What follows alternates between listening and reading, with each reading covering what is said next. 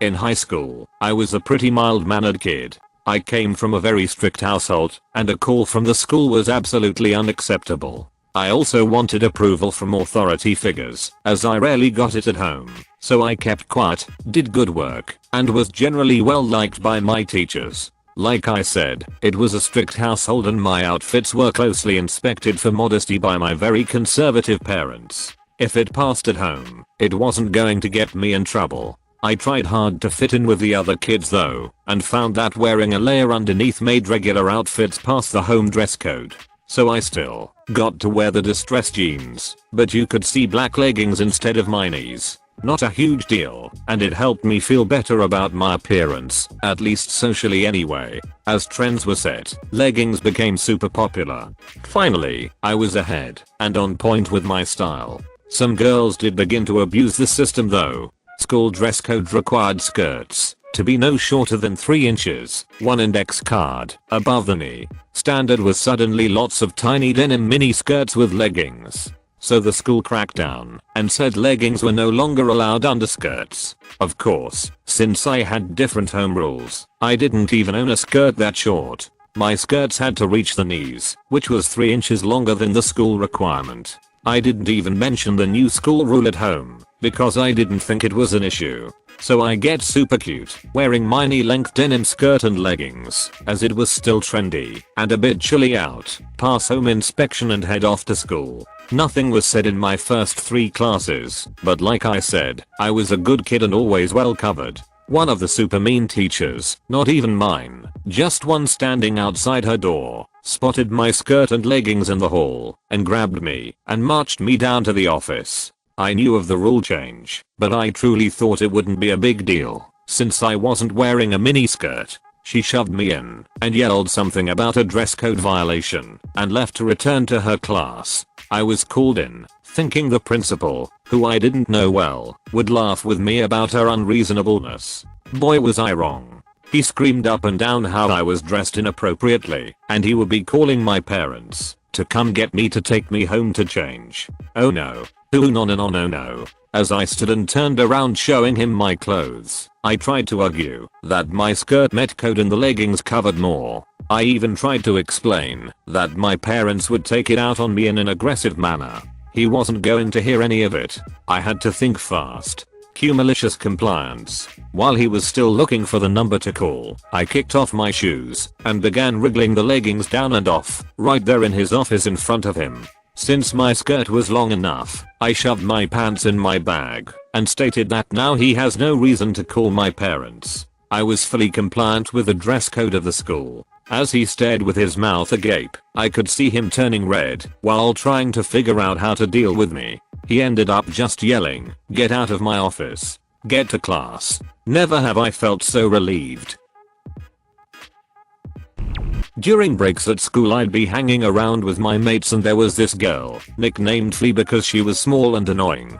She was quite the annoyance, but we largely ignored her. One day it got too much, and I poured my water bottle over her. Unfortunately there was a teacher course and she saw what happened. Cue me being sent to the principal's office. Principal was naturally rather unimpressed by my behavior and told me to write an essay on what I'd done and why it was inappropriate, indicating that I'd received attention at the end of it. Now the MC, instead of writing the 1-page essay requested, I wrote 3 pages, detailing the months of annoyance and abuse and how we were constantly trying to avoid her, even moving locations where we hung out. I detailed how she would jump on our backs trying to knock us off balance, causing us to fall several times, pull our hair, and the feisty resistance of the essay the dozens of times she tried to grab and kick our nuts. I got really good at catching approaching feet with my thighs. I handed in my essay and waited for them to tell me how much detention I'd get. The principal came out of his office, said I was free to go, and told the teacher to bring the girl in.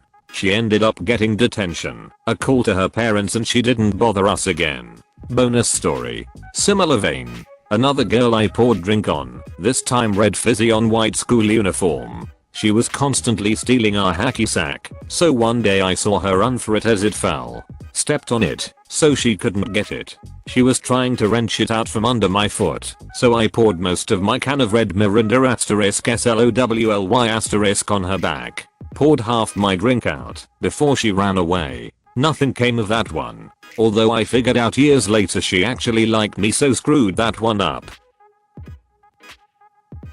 The exposition. It may seem ironic, but water is the most tightly controlled resource on a Navy ship. Every bit used for eating, drinking, showering, launching planes, and in the steam power plants is controlled and monitored.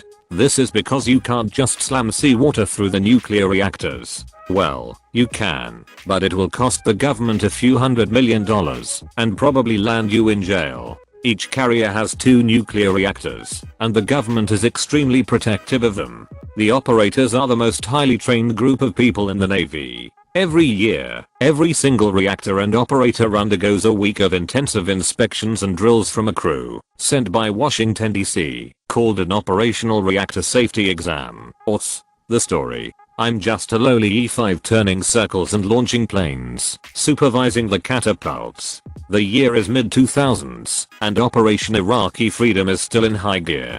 We get a new guy, and E6, on the ship, and he is just the best thing since sliced bread. Naturally, nobody can stand the ass. He does what he needs to do to be released to work, including getting fully trained on standing a watch in the Damage Control Center, aka DC Central.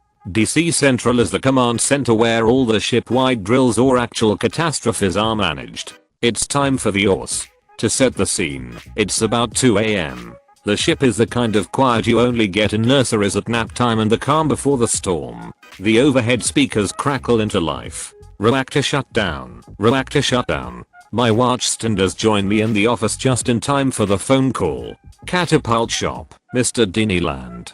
This is MMA hole in DC Central. Reactor 1 shut down. Cross connect steam from 1 to 2. Drains from 2 to 1. Record scratch. Hold up.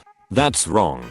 That will deprive the catapults of steam and lock the water away from the reactors. Exactly the wrong thing to do. I try to tactfully tell him this. It goes about as well as expected. Try to envision the scene.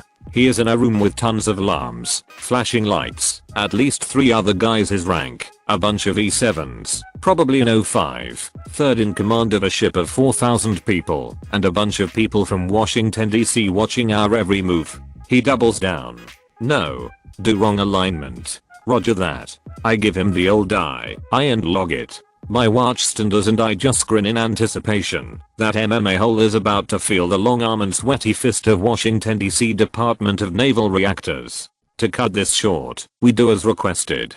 It's like 200 sets of pull downs in a 100-degree sauna. It sucks, but it was worth every drop of sweat. We get it done and watch the steam pressure fall and fall and fall. It isn't long before the catapults can no longer launch planes, making the ship a $1.50 billion ammo can. The water level in the reactor would have been going lower and lower until they have to stop.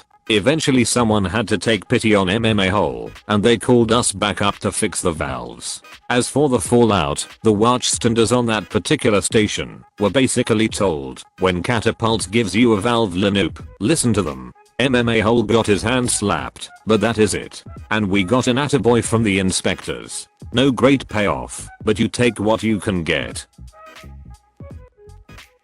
I've told a shorter version of this story in the comments, but it's probably worth its own post, so we can all hate on Hoa some more. I babysit and eldersat for the neighbors down the street who committed this malicious compliance, so I was there to hear the ranting as this whole mess went down. We'll call my neighbors Liz and Dave. They were nice folks who ran afoul of the Home Owners Association, HOA, when the busybody president, who lived next door to them, we'll call her Joan, got it in her rotted turnip for a brain that Liz and Dave had taken in an illegal renter. Renting out rooms was strictly against HOA policy. They had not rented out a room.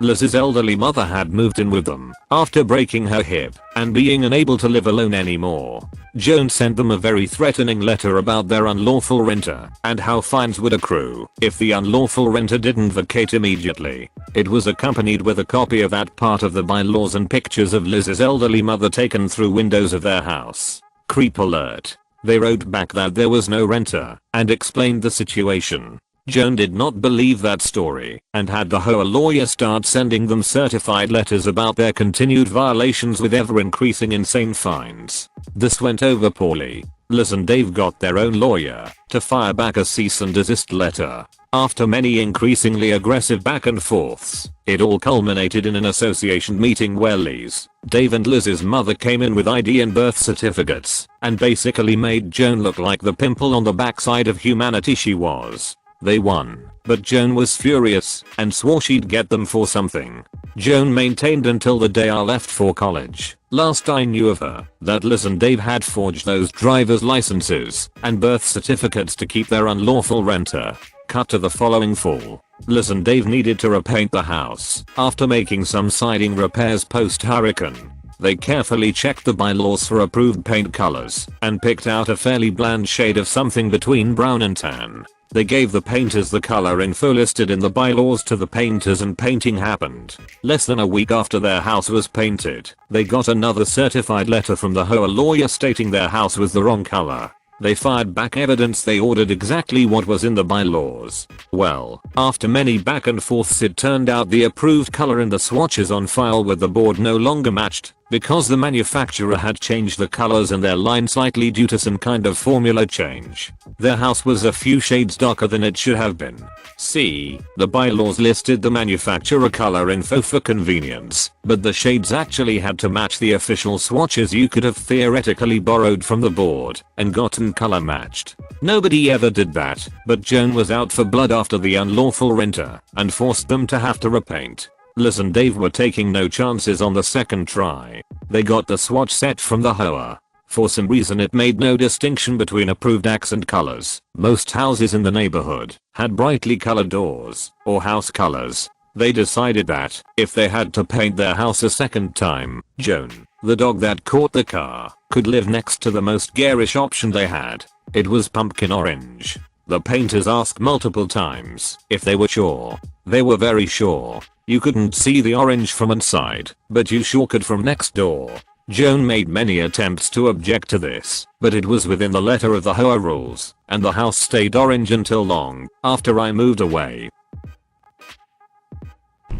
Thank you for watching. If you enjoyed this video, a like and a comment would mean a lot in YouTube's world. Share with us if you would have done things differently, and don't forget to support the original authors with an upvote. Links are in the description. Peace out, and catch you tomorrow.